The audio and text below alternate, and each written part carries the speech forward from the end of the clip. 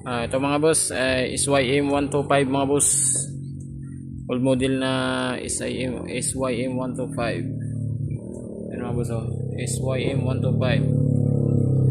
Sanyang Motor Taiwan brand. Issue nito mga boss ay grabe ang usok mga boss. Malakas ang usok, tapos loose compression sa. Walang minor. Tapos pag sinipa mo walang compression masyado. Tapos wiring pa ito mga boss, marami pa itong ayusin. So unahin natin yung makina kasi kakabit ito sa sidecar. Ingabot sa New Year mga boss. Kaya ito binaklas natin mga boss. Yan o. Ito na itong cylinder block yan mga boss o. Yan mga boss. Gas mga boss. Back to back. Yan po. Hindi na yan madala sa piston ring. I-reborn na talaga yan mga boss. Tingnan natin kung naka-reborn na to.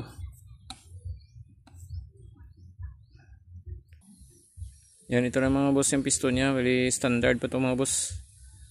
Yan. Gagawin natin ito mga boss ay reborn 25 natin. Yan, ang dahilan nito mga boss bakit siya nagasgas ay na-short ito ng aside.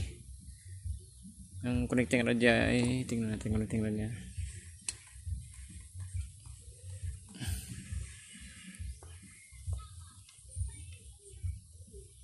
Okay pa naman yung connecting rod mga boss.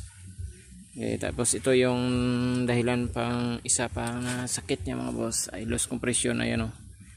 Yung intake valve ay pudpud na yung dulo ng ano niya mga boss o. Dito sa may ulihan niya. Pudpud na yung barbula. Yan o. Kaya singaw na yung gasolina mga boss. Yung compression niya. Ito yung sumusuyot ng ano mga boss. Ng gasolina. Ayan ang exhaust siya, okay pa. Yan mga boss, ito lang yung issue niya. I-upload ko na ito yung pagbabalik natin tsaka kung ano yung resulta mga boss. Yan, thank you. Pag-support na lang ng Facebook page ko mga boss.